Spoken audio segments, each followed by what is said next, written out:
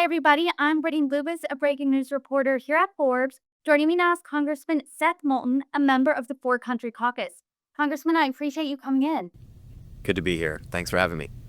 I want to talk with you because I've talked to other of your colleagues about some of the impacts of Elon Musk's DOGE cuts, specifically to USAID, and we're seeing that in this story we're going to talk about today.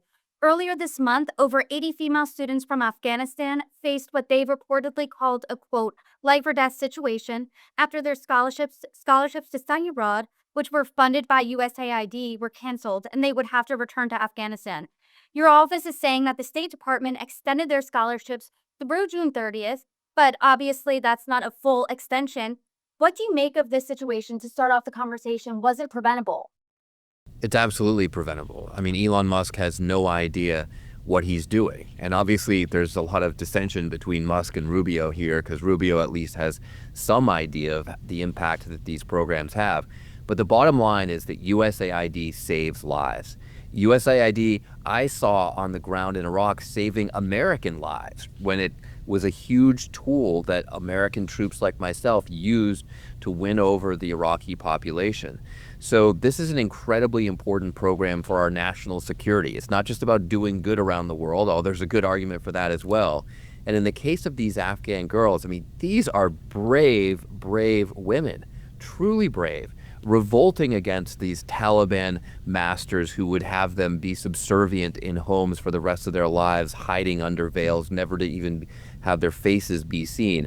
They're actually pursuing an education, something that American troops on the ground made possible, and it could be a death sentence to have them sent back to Afghanistan. Congressman, you're a veteran. You're in the For Country Caucus, which is made up of other lawmakers, bipartisan group who are lawmakers who served in Iraq as well as Afghanistan.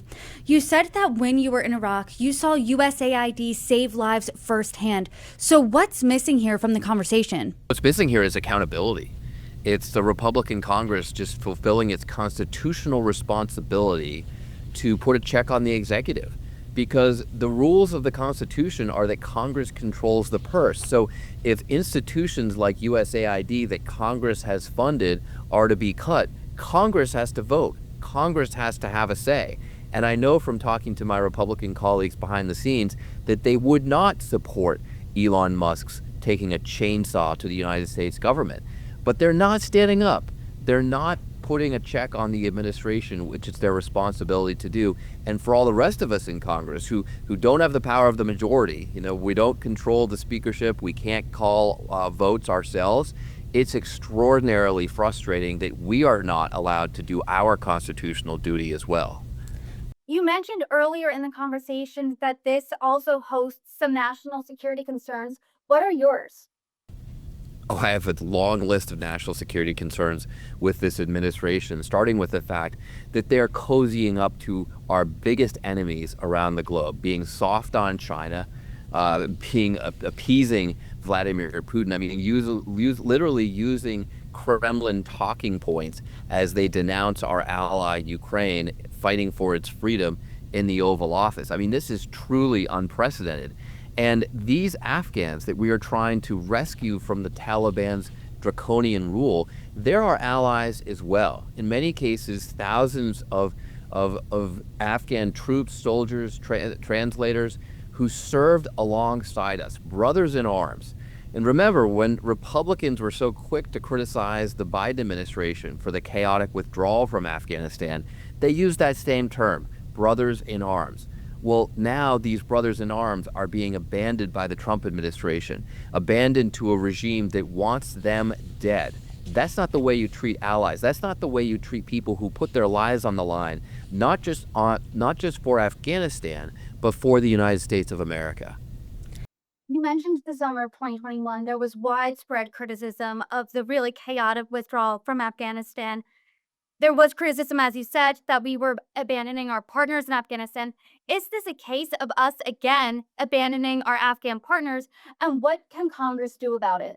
Let's be clear. These women are going to school because of America. We're the ones who said, girls and women, you should go to school too. It's the right position. but it's because of our presence in Afghanistan that they were inspired to do so.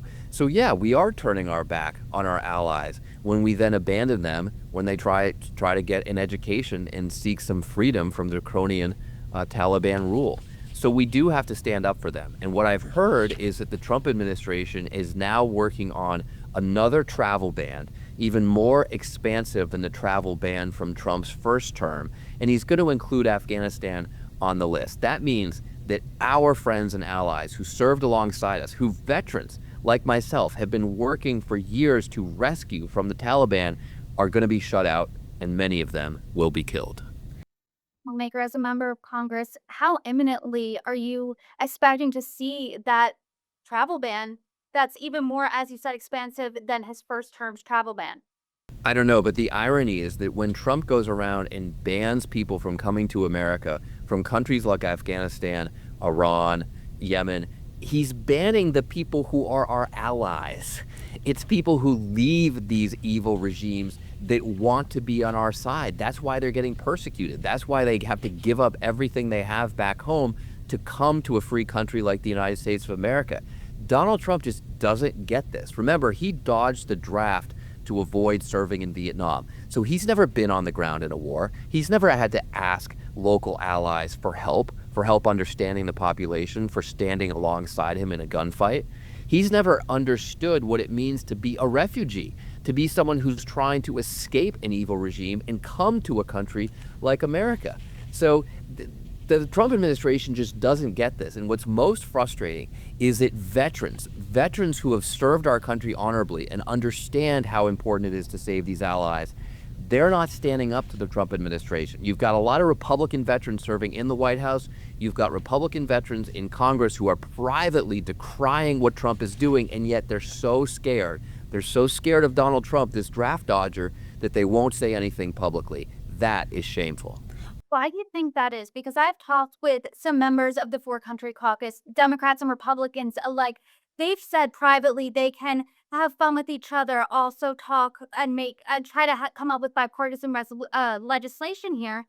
What are those conversations like in the For Country Caucus? And are you speaking about those members of Congress when you say privately they say one thing about President Trump and publicly they say another?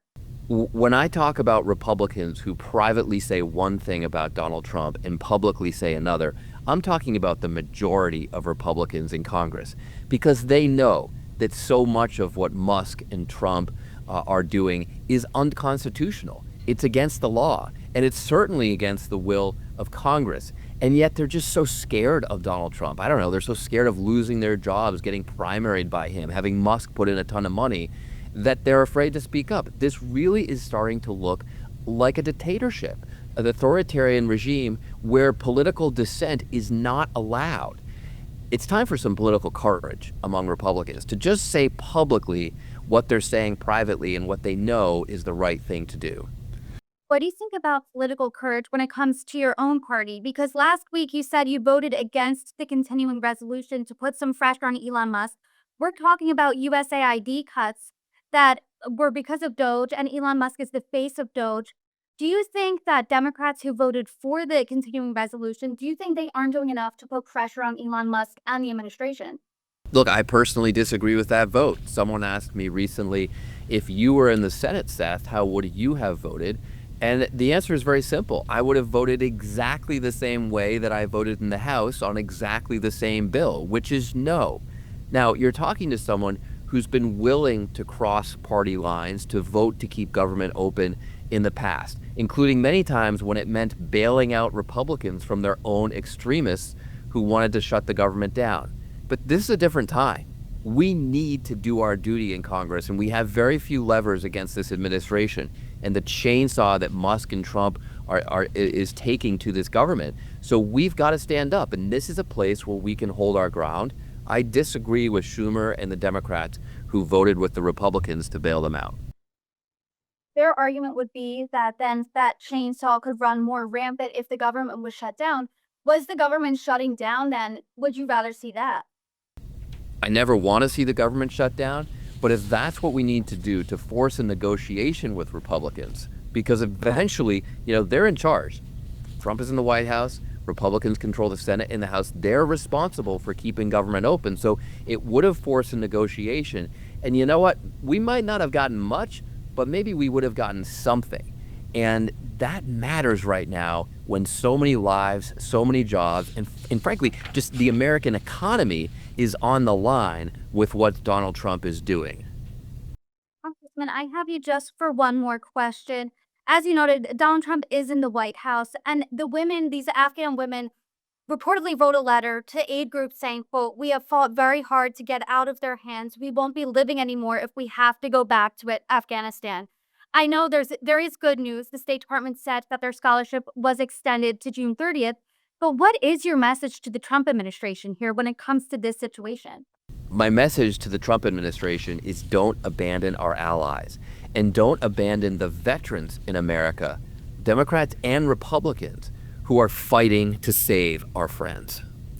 Congressman Seth Moulton, I appreciate the conversation. You are welcome back anytime. Thanks very much for having me.